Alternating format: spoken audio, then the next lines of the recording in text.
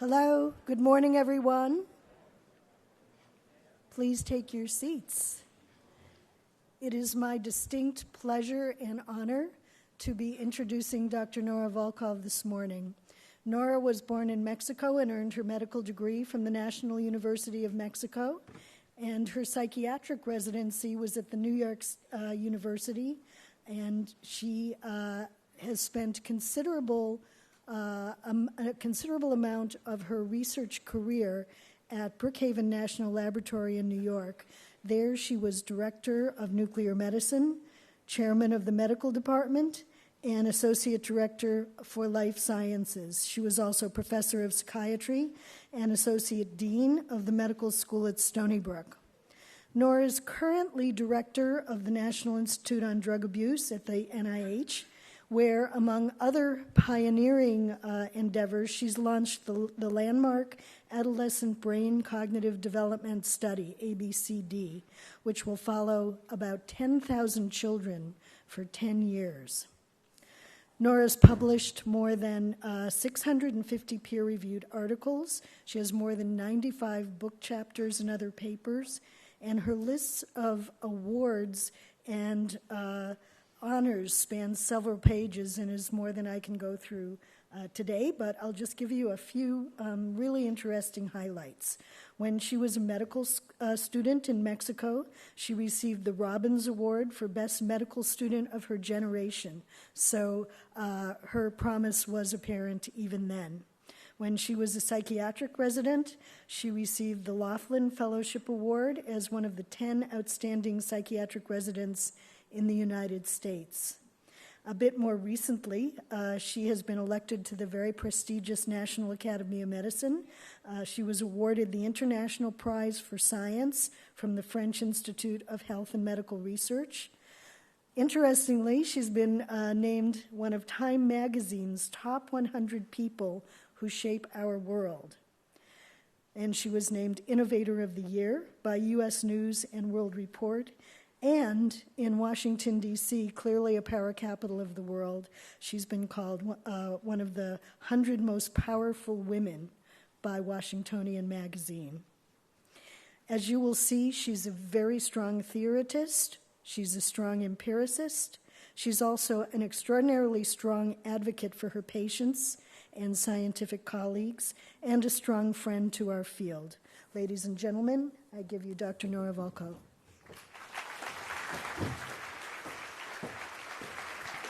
Karen, thanks very much. Good morning, everybody. It's a pleasure to be here. I actually, I have to confess, this is the first time I'm at a human brain mapping meeting, but actually I always look forward to all of the new findings that my team brings back when they are here. So today I'm going to be speaking specifically about addiction.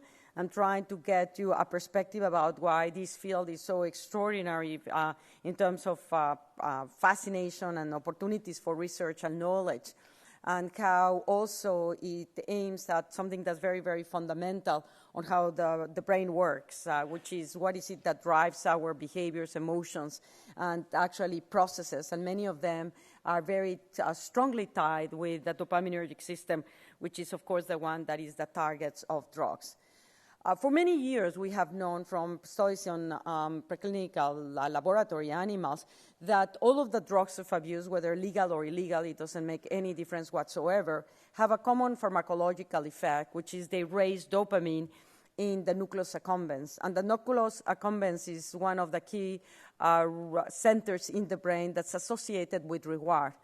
In the past, we equated reward with pleasure, but this is a very, very simplistic perspective because we come to realize that there are many reinforcers, we call them now reinforcers, that drive our behavior, but by themselves cannot be easily understood just on the concept of pleasure. So if I say if you were to be extremely hungry, and you were offered a very disgusting food, that disgusting food will be very reinforcing and you will eat it, even though it's not pleasurable per se.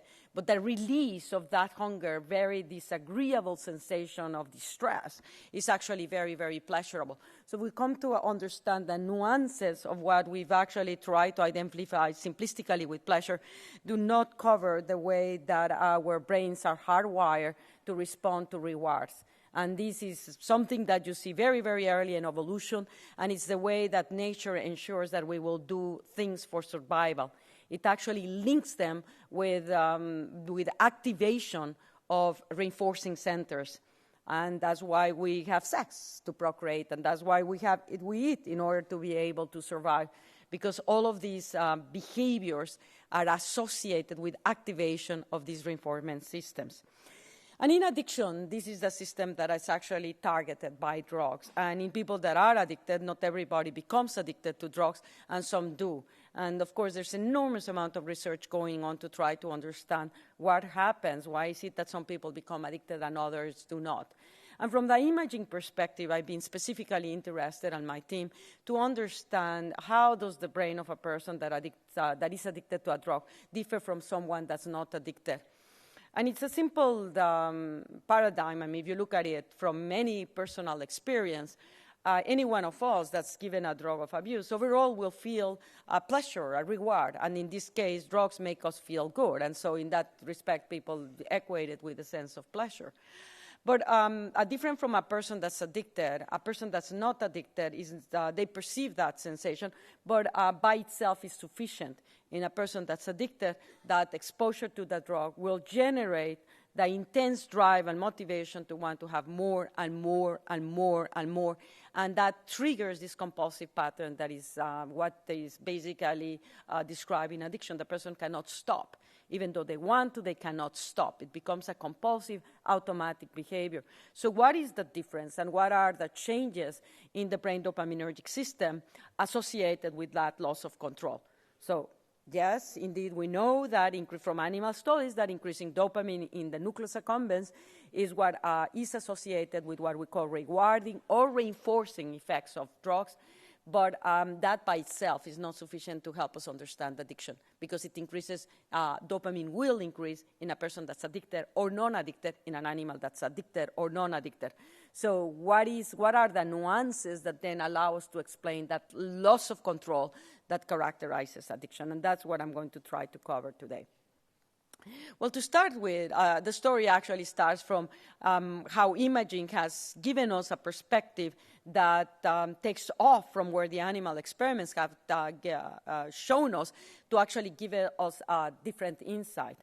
Now, with positron emission tomography and the use of radiotracers, in this case that bind to dopamine D2 receptors, such as raclopride, though all of these radiotracers also bind to D3 receptors, which is one of the subtypes of the dopamine of what we call the group of D2 receptors, but the main, by actually concentration, the main signal of with raclopride and many of these ligands is coming up from the binding to the dopamine D2 receptors.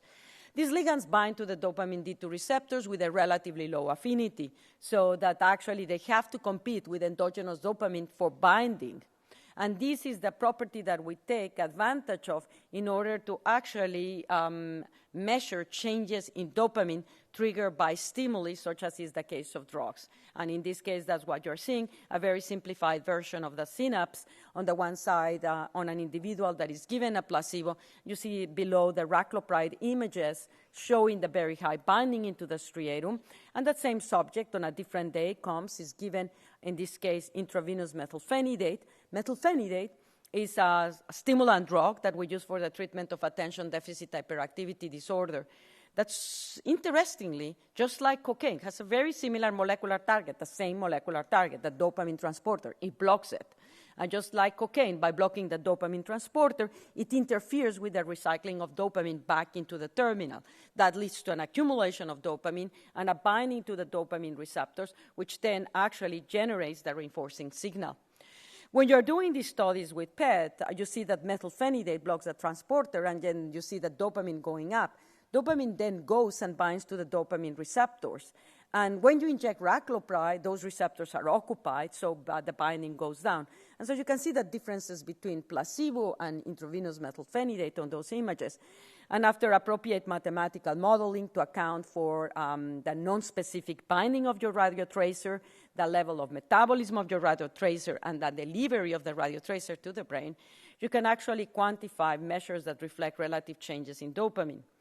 And in the regression plots on the top, you can see the relationship between the changes in the specific binding of raclopride, which is our marker for relative changes in dopamine. The more it decreases the specific binding, the larger the increases, with respect to the subjective self-reports of high that individuals get when you inject them with intravenous methylphenidate. And by the way, intravenous methylphenidate is highly reinforcing, and people that take drugs, cocaine, for example, cocaine abusers report intravenous methylphenidate to have effects that are very similar to those of intravenous cocaine.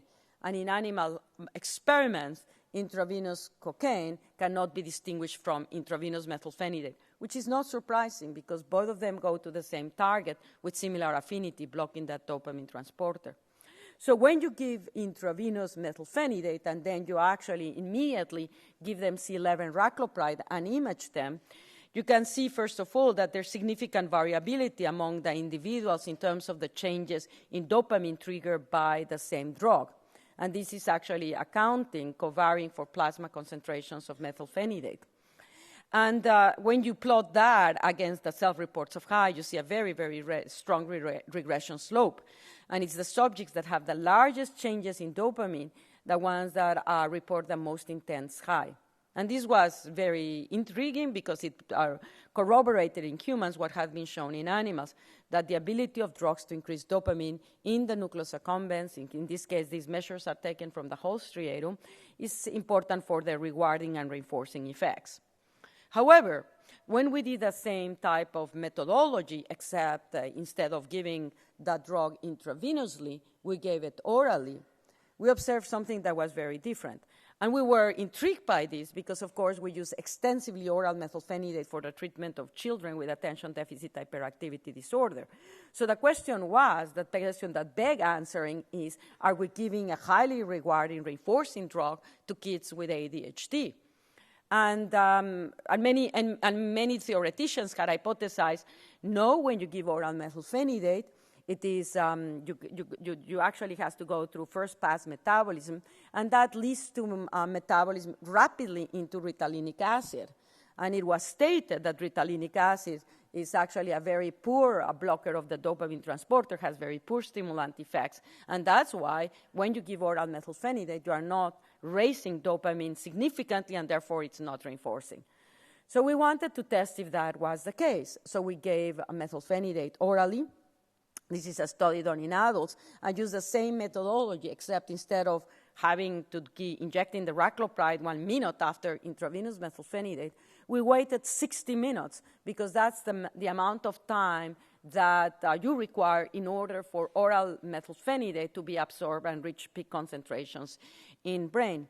And what we observed was, contrary to what had been actually hypothesized, oral methylphenidate produced significant changes in dopamine in the human brain. Actually, the magnitude also quite varied significantly across individuals, and I find this something of the most interesting findings in terms of trying to understand what accounts for that variability among individuals for the same drug, as I say, after you account for differences in plasma. But what is intriguing in here is that even though there were significant and robust changes in dopamine with oral methylphenidate, and the dose here is 60 milligrams, there were not significant high. The individuals did not report per se the drug as feeling rewarding or reinforcing in any way. And this begs the question, why? Is the hypothesis therefore incorrect that dopamine increases are necessary for reinforcement in humans? Or is there a nuance that we had not paid attention in the past? And in my brain, actually immediately I jump at the notion that what we are observing is the fact that yes, dopamine is important for reinforcement, but it is important in terms of the dynamics and the rate at which dopamine is being changed in the brain that is necessary for reinforcement. Of course, that insight didn't come to me out of the blues. The insight came to me because for many years, by then, the studies by who was, I don't recall who it was, the investigator, but they had actually first reported that the rate at which drugs get into the brain is fundamental for the rewarding effect. So if you take cocaine and into a rat and inject it very slowly, it is much less reinforcing than if you inject it rapidly. And that got to the concept of the rate dependency of the rewarding effects of drugs. And this explains why, when drugs are taken intravenously or smoke, which actually delivers a huge amount through the lungs that gets absorbed directly into the brain, these routes of administration are much more dangerous as it relates to their addictiveness than when you take the drug orally. And that's why you can give methylphenidate to treat children because you are giving it orally, it goes slowly into the brain, whereas when you inject it, it goes very, very rapidly. And we did studies to, in fact, corroborate that indeed the main distinction between these two graphs is the fact that one, the changes occur very rapidly. This is changes you are seeing within 1 minute versus the other ones that take at least 1 hour to see this magnitude of dopamine. And that is the difference. That's what determines the notion that increasing dopamine is important for reinforcement, but it has to be a fast increase in dopamine. Now, to my brain, the question is why. So yes, you can describe a phenomena, but how do you understand it? There is an explanation. And it took me a couple of years, and I was very upset that it took me a couple of years because I thought it was so obvious that actually just hit me, and I was disturbed with the slowness of my brain. What the reason why? Because it was in front of us. And so here you have a pharmacokinetic time activity curves obtained with C11 methylphenidate that you actually can label. Methylphenidate, you change one carbon for carbon 11. You can use positron emission tomography to monitor the temporal distribution in the brain. And then you do it orally and IV, and this is done in non-human primates because you cannot give oral methylphenidate, radioactive methylphenidate to people because it leads to very high dosimetry into the upper gastrointestinal tract. So we did it in animals, and what you see is effectively what we had known from clinical studies. IV gets very fast, oral gets very, very slow, peaking at 60 minutes. And this is key to the differences. Normally, the dopamine system has two neuronal firing frequencies, one that is a slow frequency that we call tonic dopamine cell firing, and that goes between 2 and 10 hertz. And then there is this fast burst, very short-lasting, where dopamine cells fire very, very rapidly. There it says 15 to 30 hertz, 20 to 30, sometimes even faster. These actually are short-lasting, but they produce a very large change in dopamine. Now, these two modes of operation of the dopamine system actually signal very different processes. Tonic dopamine is the one that makes us alert and prepare for a stimulus to happen. Tonic dopamine is actually what allows you right now to sustain your attention and to sustain effort. Phasic dopamine, on the other hand, will occur when something unexpected, an unexpected event, something will make it salient.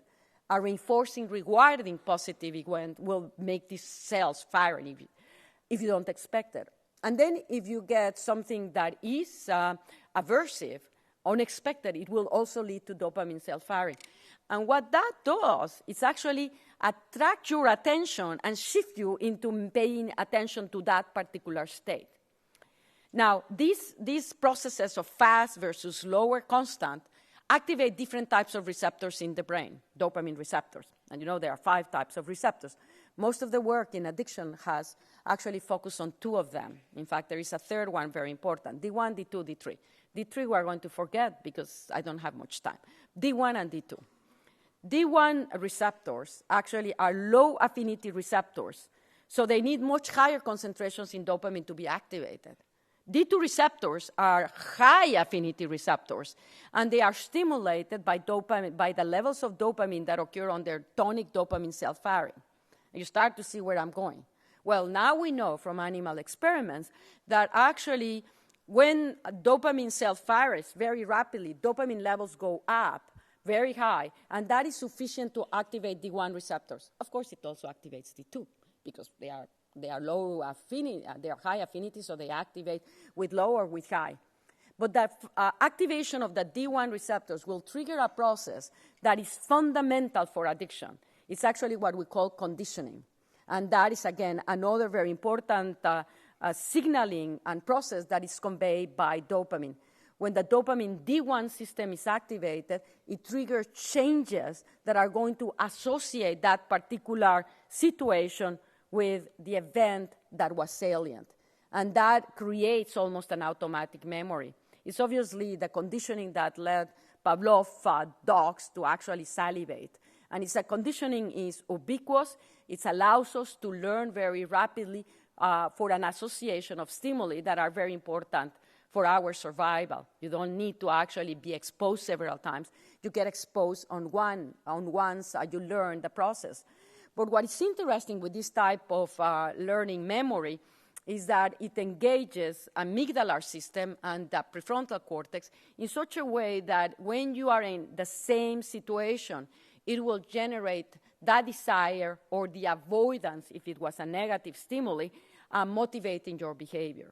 So it is the one systems that are actually responsible for conditioning. And this is exactly why drugs of abuse can produce the changes, neuroplastic changes that can lead to the compulsive administration of drugs, as opposed to other stimuli like food, that in certain people they can, or certain foods, but it's much less likely that they will do so. And this is a fundamental aspect also about the rate dependency of why drugs are rewarding. They have to emulate, and for drugs to be rewarding in the sense and produce addiction, they have to emulate phasic dopamine cell firing, instituting the changes that are necessary for conditioning and triggering the neuroplastic changes that engage the glutamatergic system. And I'm not going to be speaking about it, but downstream effects of dopamine stimulation of D1 receptors is the shifts in the signaling through glutamate, modifying the relative value of NMDA versus AMPA receptors. So you see, again, what you are going to see a common, in a lot of biology, the notion of two systems regulating one another. So you have the D1 and the D2 receptor system, and then you have the NMDA and the AMPA receptor system. I'm not going to go NMDA-AMPA. But with respect to the D1 and the D2 receptors, this was also very intriguing because recently studies have shown actually, and not so recently, before, but we didn't really understand why. Everybody was saying, yes, dopamine is important, but it is not just dopamine itself. Now we know it has to stimulate D1 receptors, otherwise it's not rewarding. And this explains something that has puzzled researchers because they had said it makes no sense that actually really dopamine is the important neurotransmitter because in D2 receptor knockout mice, drugs continue to be rewarding. And in patients who are given antipsychotics that are D2 receptor antagonists, in them, they continue to take drugs. So this was, for many years, used to say, no, it's not dopamine that is the important neurochemical in drug reward. But now that we know that, now we understand it. And now we actually have multiple studies have been done, including in our laboratory, where we can modify these receptors in such a way that if you actually decrease D2 receptors, whether you decrease the levels or you decrease the efficacy of the D2 receptor signaling intracellular process, that is going to enhance the rewarding effects of drugs. On the other hand, if you decrease D1 receptors or D1 receptor signaling, you actually, when you decrease the D2, you enhance. When you decrease the D1, you decrease the rewarding effects of drugs. On the other hand, if you increase D2 receptor signaling, you actually, in animal models, interfere with the compulsive administration of drugs. Again, indicating that these D1, D2 receptor systems are modulating our capacity to feel reward and, very importantly, our capacity to control it. So our question in all of this, and people in the field had started to say, if dopamine is so important for reward, then it follows that people that are addicted to drugs should have a sensitization of the ability of drugs to increase dopamine in their brains. And there's a lot of literature out there on the importance of sensitization, but what researchers were taking, a sensitization model that shows that if you repeatedly take the drug, the same dose produces much greater locomotor activity, they were taking that model and applying it to drug addiction. So we decided to use imaging to test this hypothesis. And the first study we did in actually a long time ago in 1997, in which we took cocaine abusers, we gave them intravenous methylphenidate, they didn't really differentiate it from intravenous cocaine, and we measured changes in raclopride binding with the hypothesis, this was our hypothesis, that in a person addicted, the methylphenidate will produce much greater changes in dopamine, much more intense high than in a person that's not addicted. And we did the experiments, and we observed exactly the opposite results. So you see, this is an old study, so it's just basically low-resolution images, normal control, and normal control placebo, IV methylphenidate that decreases in raclopride binding. Below, you see the cocaine abuser, placebo methylphenidate. You can see that in the cocaine abusers, there's visually no difference in just observing at those images. On the contrary, in the normal control, you see that decreases. And when you quantify that, and by the way, this study was done in cocaine abusers that were admitted to the hospital to ensure they didn't take any drugs, and we tested them at least 6 weeks after they've taken cocaine. So we wanted to be sure that they were not taking any drugs. And what we found, as I say, was the opposite. And you see the quantification of the changes in the specific binding, the decreases in specific binding of raclopride, which reflect increases in dopamine. And the response of the cocaine abusers were actually 50% lower than that of controls. And long and behold, the high was attenuated in the cocaine abusers. And this was very disturbing in the field, and people were actually very upset by this because it didn't follow the sensitization model, nor did it follow the sense that people were taking drugs because in them they have higher sensitivity to the ability of these drugs to increase dopamine, and therefore in them they were more rewarding and pleasurable. But then they started to say, well, how do you know that these responses were due, that these attenuated responses were due to the fact that these individuals were detoxified? So this is the process of withdrawal, as opposed to the state in which they are actually engaging on taking the drug. And that's a very valid question. And then the other criticism of these studies was the concept that actually they were being done in a laboratory. And when you're in a PET experiment, if you've done PET experiments, you have arterial catheters, venous catheters, you are like this. I mean, it's not conducive to a lot of getting excited about cocaine. It's a very sterile environment. So we said, okay, let's tackle those responses. Is this a process of withdrawal?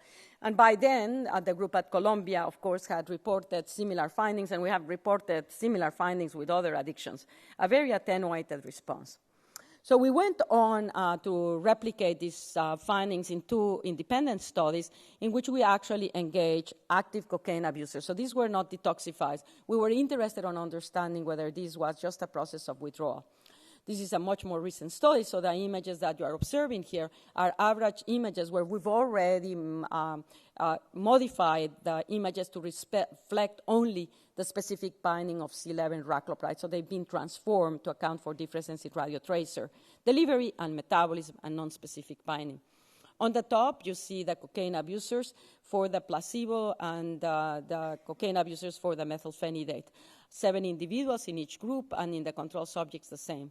Control subject, you see the decreases in the raclopride specific binding, concomitant, consistent with an increase in dopamine. But look at the cocaine abusers, the active cocaine abusers, and this is average, this is not an N of 1. And you can see, basically, there's almost nothing that you can look at it visually in terms of differences. If you quantify, and as you see percent change Bmax KD, which is a specific binding, you see that in active cocaine abusers, actually the response in this case was not significantly different from placebo. So it was markedly attenuated, 70% lower than it was in controls. And so it was not that the reduced ability of methylphenidate to increase dopamine in the brain of cocaine abusers was due to detoxification. It appears to be due to something that relates to either the chronic administration of this process or drug or the process of addiction itself. And we also replicated the concept of having a decrease, self-reports of high. So the drug is much less able to produce a subjective effect in these individuals. So, but then still the concept that was hanging was what we have known in the field in general is that our responses to stimuli, including drugs, are very much dependent by our expectations and environmental conditions. So this is one of the mechanisms, of course, by which placebo can generate responses. So the notion of the environment being key in these blunted responses was something that we could not ignore as being relevant for what we were observing. So we went ahead and actually recruited a different group of active cocaine abusers. In this case, we tested them, the same methodology, raclopride and IV methylphenidate, but we tested them on IV methylphenidate on 2 different days. On one day, we actually exposed them to a video of cocaine cues that was tailored to the route of administration that they used, which predominantly was smoking, but some of them injected cocaine. And we had shown that this video produces actually by itself robust changes in dopamine as you are expecting that you're going to get the drug. So in this case, we actually exposed them to the cues and then the video, and then we gave IV methylphenidate. On a different day, we gave them a neutral video of nature scenes, and then we gave them IV methylphenidate. And we were hypothesizing that in principle, when we gave IV methylphenidate with the cues, that should amplify the effect of the drug vis-a-vis its ability to increase dopamine. But the result is that we didn't see a difference between neutrals and cocaine cues. And what you observe here is our portrait now showing us a statistical parametric map results showing significant differences. On the top for control subjects, you can see in colors the areas where there are significant changes in the specific binding of raclopride that goes from the dorsal striatum to the ventral striatum. The ventral striatum, of course, is the axial slides to the right, and the 2 axial slides to the right where the nucleus accumbens is located. And you're seeing there shown for the threshold of 0.001. When we go to cocaine abusers, if you put 0.001, you don't see absolutely anything in terms of significant changes. So I said, okay, I'll bring down the threshold to 0.05 and see what happens. And if you look at it carefully, there are some dots that are happening in the ventral striatum. And normally, I would dismiss that and say that at 0.05, I don't believe it. But the reason why I believe this data is actually it was reproduced very consistently when the subjects were without the cues and when they were with the cues, which actually leads me to believe that, in fact, these are real. And when we plot actually the changes that are occurring that are very, very blunted in these individuals, we nonetheless observe that the magnitude of these changes actually predict the craving that intravenous methylphenidate produces in these subjects. And that's actually a very consistent pattern that you see in cocaine abusers. You give them IV methylphenidate, and they immediately crave cocaine. They want more and more and more, which is typical, as I say, is part of the phenotypic expression of addiction. And it's an interesting phenomenon because we see a very striking blunting of the ability of the drug to increase dopamine. But in the ventral areas, that includes both the ventral caudate, as basically as well as the ventral parts of the striatum, where is the nucleus accumbens, you see this response. So intriguingly, the individuals that have the smaller changes there are actually the ones that have the less craving. So this is a little bit paradoxical, but what it brings to my mind is the notion, again, of sometimes oversimplifying systems. In the ventral areas of the striatum, we have a very high concentration of D3 receptors. And D3 receptors are actually very high affinity receptors. And the levels of D3 receptors increase in individuals that become addicted to drugs. So raclopride in the ventral striatum binds, because the affinity is actually similar to both of them. Equivalently, the signals in the ventral striatum are from dopamine D2 and D3 receptors. So what we are hypothesizing that we're seeing there is that this actually reflects signaling, the enhanced signaling to the D3 receptors. So based on these studies, what has become clear is that dopamine release is profoundly attenuated in cocaine abusers. Note also the other issue is, and I told you, you need these fast changes in dopamine. Raclopride is slow, does not have the temporal resolution. It's at 30 minutes. And if we are to actually, if you were to tell me where do you take this data from, I'd like to take a PET ligand, and actually that can be done with fMRI as a biomarker, a look at the very fast changes that are occurring when you get these subjects injected with intravenous methylphenidate. And I will predict that even though overall there is a marked blunting, those fast changes will still be occurring in these individuals, and those are the ones that are leading to the craving. But if life were only about these decreases and these abnormalities in the ventral striatum, you could then come back and say, well, because the consequences of addiction are devastating. You can end up in jail, you lose your husband, all of these things that we all know about. Why don't you just say no? I mean, it's what the campaign says, just say no. But it's not so simple. I mean, people that want to take drugs cannot stop taking it. And that's one of the most distressing phenomena that you see in individuals that are addicted, that actually not infrequently can lead a person into suicidal behavior. So what is accounting for that loss of control? So there is difference on the way they respond to the reward, but there's also a disturbed process in terms of your capacity to exert control and self-regulation. So this is the other system that we have focused a lot of attention to, because again, it is very relevant for a wide variety of pathologies that engage the dopaminergic system. That because the dopamine system, and we knew from elegant work from Patricia Goldman-Rakik, to start with is not just engaged in striatal projections, but it actually is very relevant for the function of the prefrontal cortex.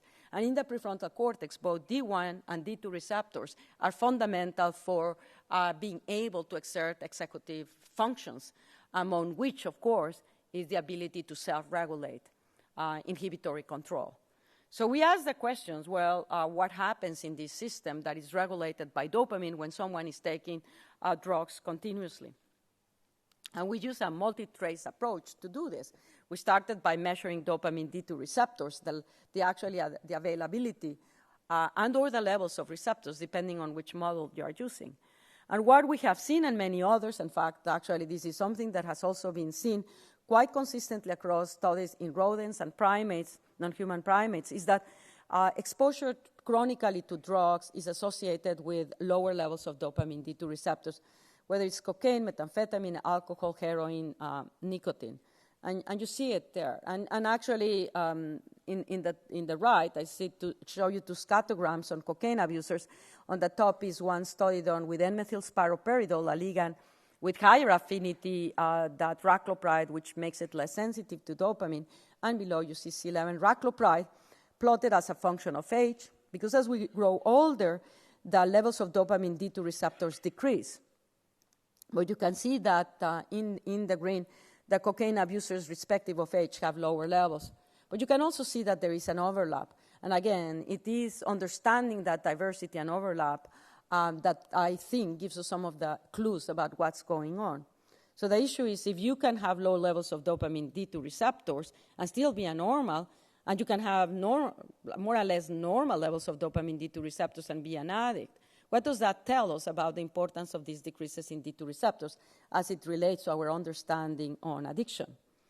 And the way that I would put it is you cannot say that addiction equates low levels of dopamine D2 receptors. The data is not consistent with that.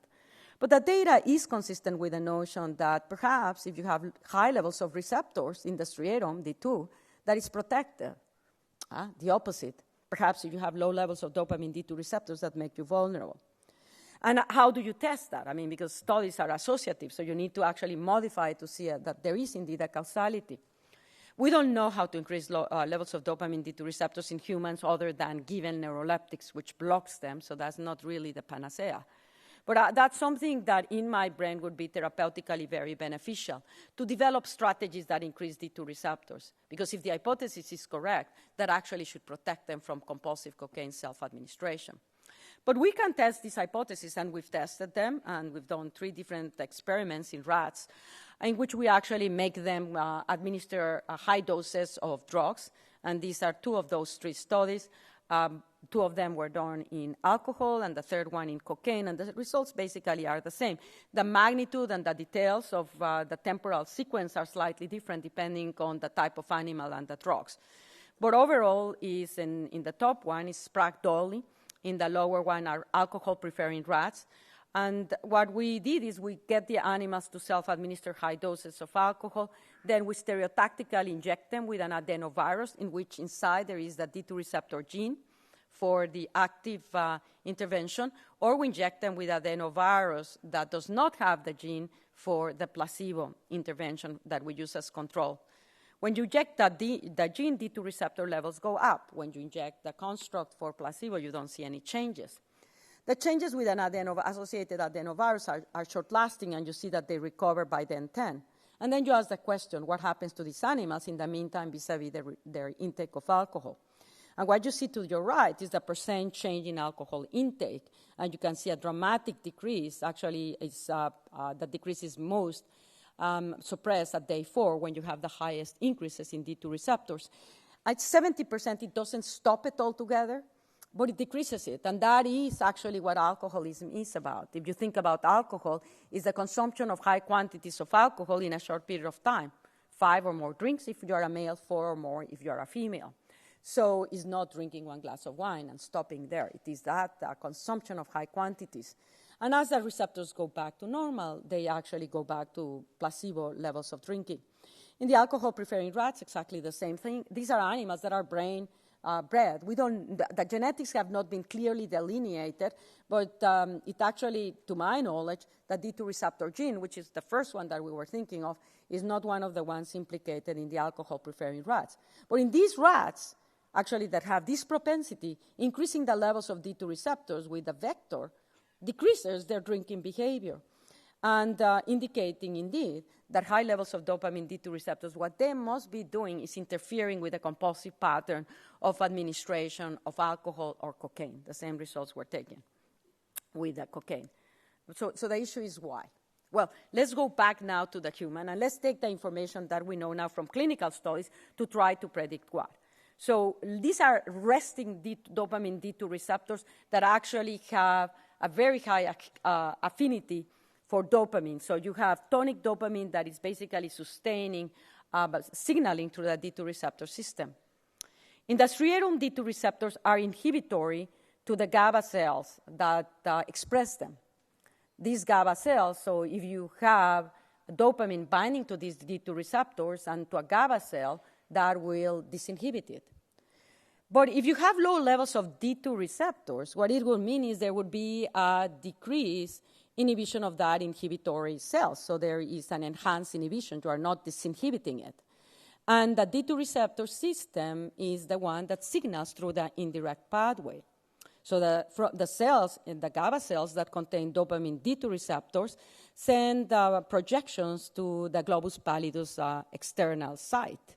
And this is also an inhibitory GABA cell. So if you have enhanced inhibition for lack of D2 receptor stimulation, that results in disinhibition of these cells, which are inhibitory themselves.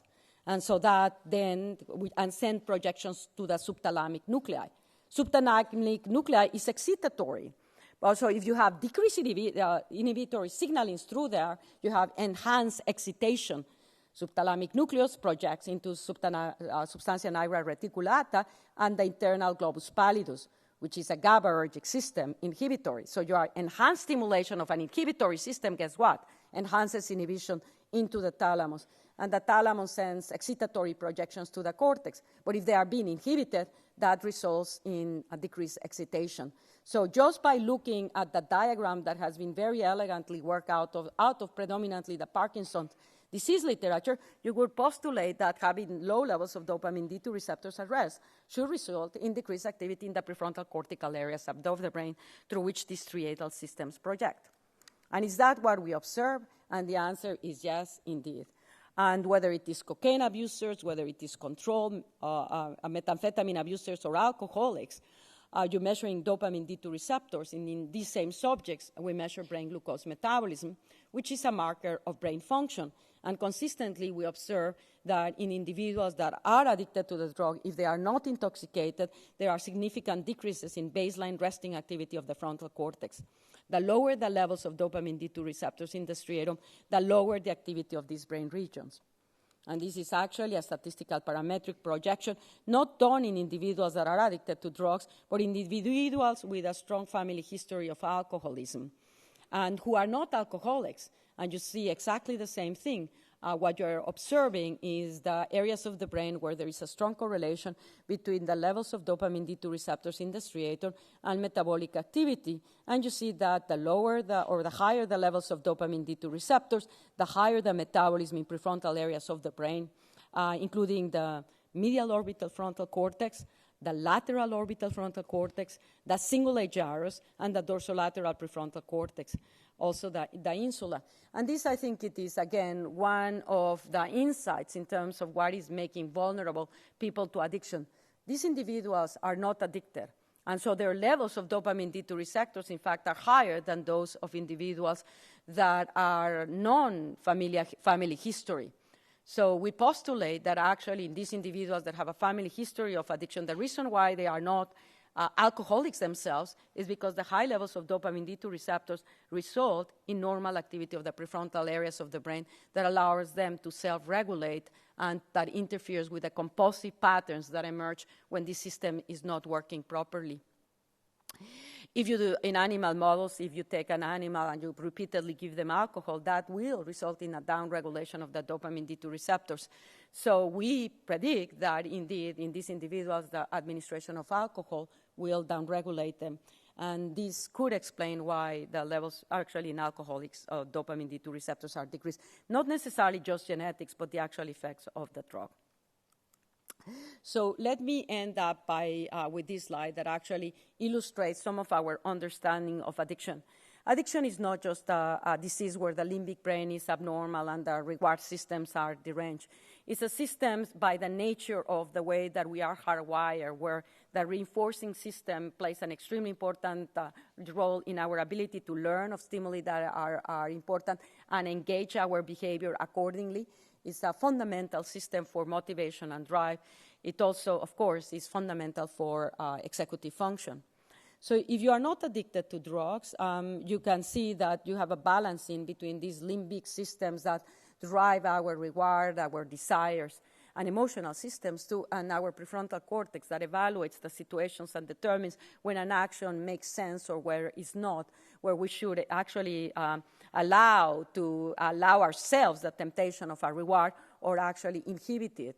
And it's this balance we all, in any given day, any given moment, are constantly actually shifting back and forth. And it reflects our judgment capacity to say, what is the intensity of the reward right now, what would be the adverse consequences, and monitor the present and the future and our ability to actually delay gratification. That's very much dependent on a functioning prefrontal cortical circuit. And I speak about the prefrontal cortex, but the prefrontal cortex is this gigantic structure that we have, and it's also very heterogeneous. So for simplicity matters, I'm speaking at one, but we've actually, the research has also started to delineate that there are differences in this territory of the prefrontal cortex. The addicted brain, these circuits have been basically, the equilibrium between them has been lost. And you have an enhanced stimulation that comes into these automatic responses that have been conditioned, that emerge from the amygdala, that sends glutamatergic projections into the VTA, leading to this phasic dopamine cell firing that actually enhances the signancy value of the expectation of getting the reward. Because when you get the reward, the ability of dopamine to increase is actually decreased. But the expectation is enhanced, and that leads you to actually take the drug in expectation of getting a pleasurable response, but very importantly, in expectation of getting out of the distress created by the intense desire of wanting something, like I was started with the issue of the hunger that leads you to go for something no matter what and takes priority. And this is exactly what has happened in addiction. The brain has been modified to generate a need for the drug that is akin to what happens in a state of deprivation where you don't have sufficient food, and that drives your motivation to get it. So we've shifted the pattern of priorities. And because the prefrontal cortex is not functioning properly, it cannot counteract this intense desire and drive, even though there is an awareness that this is actually not desirable, even though there is an awareness and a wanting to stop to take the drug. This is, again, why patients relapse again and again and again, even though it basically means that they end up in prison or they end up isolated and withdrawn. And the knowledge from this, of course, brings forward the sense of what do we do about it. And it's clear in my brain that what we need to do about it is actually take advantage of the fact that the brain is a series of networks and actually strengthen those circuits that actually are improperly functioning so that you can buffer those that are disrupted and you can regain the balance. Of course, that balance can always be tilted by our environment and the things that happen to us. But if we strengthen it and we do interventions that can maximize the likelihood that that person will have a balanced physiological functioning, you may be able to actually help these individuals stop taking the drug and basically achieve a successful recovery. And with that, I want to thank, but before I end up, this is the team at Brookhaven National Laboratory and some of the team at the NIH that has continued this work. And I want to thank you again, all of you, for your attention. Thanks very much.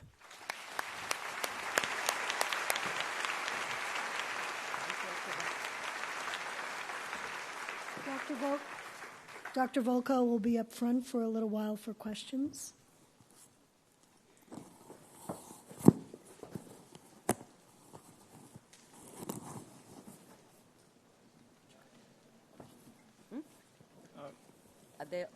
Can I have a question? Yes, of course. I would like to ask you, what do you think about behavioral addiction? Is it the same? Where are you? Raise Here, your hand. on the left of you. On the left. Here. Okay. Hello. It's very. It was disturbing. great talk. Thank you. I couldn't place that distances. I couldn't find it. The behavioral addictions. Actually, we've been very interested on behavioral addictions, and what our group has studied is the compulsive overeating that is associated with morbid obesity. And what we have shown in morbidly obese individuals is we see the same pattern of downregulation of dopamine D2 receptors that is associated with a reduced activity of prefrontal areas of the brain. And we have also shown in individuals that are obese that when you give them calories, and we control for palatability, opposite to what you would see in a person that's not obese. So if you get calories and you are not obese, dopamine goes up in the ventral striatum. But if you are obese, rather than getting an increase in dopamine, you actually see a diminution of dopamine, akin to what we're observing, this very attenuated response in cocaine abusers when they actually consume the drug, and an enhanced reactivity when they are expecting to get the food. So what is common in both of them is that you have an enhanced sensitization of the conditioned responses that leads the expectation of getting a reward to have enhanced motivation. But the actual consumption of that reward produces much less of a signaling, and that is linked with triggering, wanting to take more, perhaps to compensate for that deficit. And this is equivalent for drugs and for food. Others are studying the effects of gambling video, and those studies have also shown involvement of the dopaminergic system. There appears to be, contrary to what we all have thought at the beginning, that if you have decreased sensitivity of these systems, hypofunctional dopamine systems, that makes you actually vulnerable for this type of compulsive behaviors triggered by positive reinforcers. Thank you. Question about that, D3? Yes, where are you? Raise your hand. My brain hurts me when I don't know who am I speaking. Yes. So in 2005, Dodd reported the tendency for a D3 agonist given in Parkinson's to cause sudden compulsive gambling, which is quite different in a qualitative scale from the D1 and D2 agonists. From a clinician standpoint, the difference was so stark that it seemed that the D3 receptor would hold more information about how the process of addiction takes place. And then when we found out that a third of the receptors, the dopamine receptors in the nucleus accumbens, were D3 receptors, it seemed to point even more to the possibility that the D3 receptor was important. Until now, there's been almost no mention. Today you mentioned your 2014 article, which mentioned the D3 receptor, but is there a move towards more investigation of the D3 receptor in the nucleus accumbens with respect to the mechanism of addiction? Thanks for bringing it up, and I think that we can no longer ignore the D3 receptors. And it's not that I wanted to ignore it, it's that we really didn't have good PET radioligands to actually monitoring them. But now that they exist, we can start looking at it in greater detail. And so the question is, now where is the model? Overall, again, this model is relatively new, but the data is emerging, is consistent, that in addiction you have an enhanced sensitization of the D1 signaling system and a decrease on the D2. The D3 receptors in the GABA cells actually colocalize with D1 receptors and form heteromers. And when that heteromer formation, the D1, D3, facilitates signaling to the D1 system. So one of the hypotheses of why enhanced signaling to the D3 receptor may be associated with a vulnerability for these compulsive behaviors is that it's facilitating signaling to the D1. And we have invested a significant amount of resources at NIDA to help develop medications that can act as antagonists of the dopamine D3 receptor system. We have not succeeded because these drugs, and we spend millions of dollars, when we're ready, and they show very nicely in animal models that interfere with the compulsive administration, but they have cardiac toxicity. So this is actually one of the main molecular targets that we've been after for a potential for a medication to counterbalance this D1 signaling system. But we don't have anything in our hands. Thank you for the outstanding presentation today. One last question in the middle here. Hi, I actually have two questions. So first is about the heclopride studies. I just wondered if there's any difference after detox in the patients. If you're seeing the studies after they, the system is probably going back to homeostasis and they're not abusing drugs anymore for longer, if you would expect a different result from the PET studies you've done. And the second question is, you talked about more effective ways of balancing the system. Do you have something in mind that could actually be more effective in the future? Yes, and the answer to both things is yes. We've done studies to actually look at, to see if there is evidence of recovery of dopamine D2 receptors in the striatum, in cocaine abusers, in alcoholics, and in methamphetamine abusers. And what I can say, first of all, it's been very difficult to get patients to stay abstinent. And so our success rates, we lose, we basically, except when we do studies on that individuals that are in the criminal justice system, we get 1/3 of them still abstinent at 1 year. There's, in those subjects, we actually see some of them have low levels of dopamine D2 receptors, but they don't change so much. But what we are seeing, and actually first, this was reported by Diana Martinez at Columbia University, in cocaine abusers, and we reported the same thing in methamphetamine abusers, individuals that to start with had higher levels of dopamine D2 receptors in the striatum and larger changes in dopamine are the ones that are likely to be successful in the detoxification program. So because the other ones are relapsing, we cannot completely answer the question, but the feeling is that, in a way, this may serve to predict who has a greater likelihood to relapse and who may, and therefore you may do a more intensive one.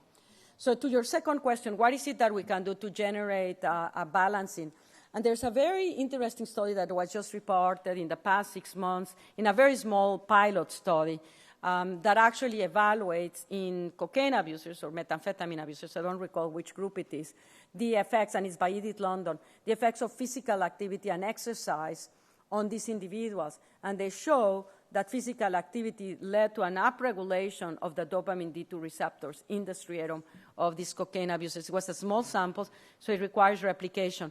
But it's certainly one of the interventions that has been consistently done in many of the treatment programs, and for which we actually have shown by randomized clinical trials that you can actually improve the outcomes in individuals that are addicted to drugs. So this is one of the interventions that are being tested. Of course, you want to see whether there are cognitive therapeutic interventions that can help. And we know from studies in non-human primates that social stressful environments downregulate D2 receptors. So if you can compensate, you may be able to buffer some of those changes. Thank you very much, Nora.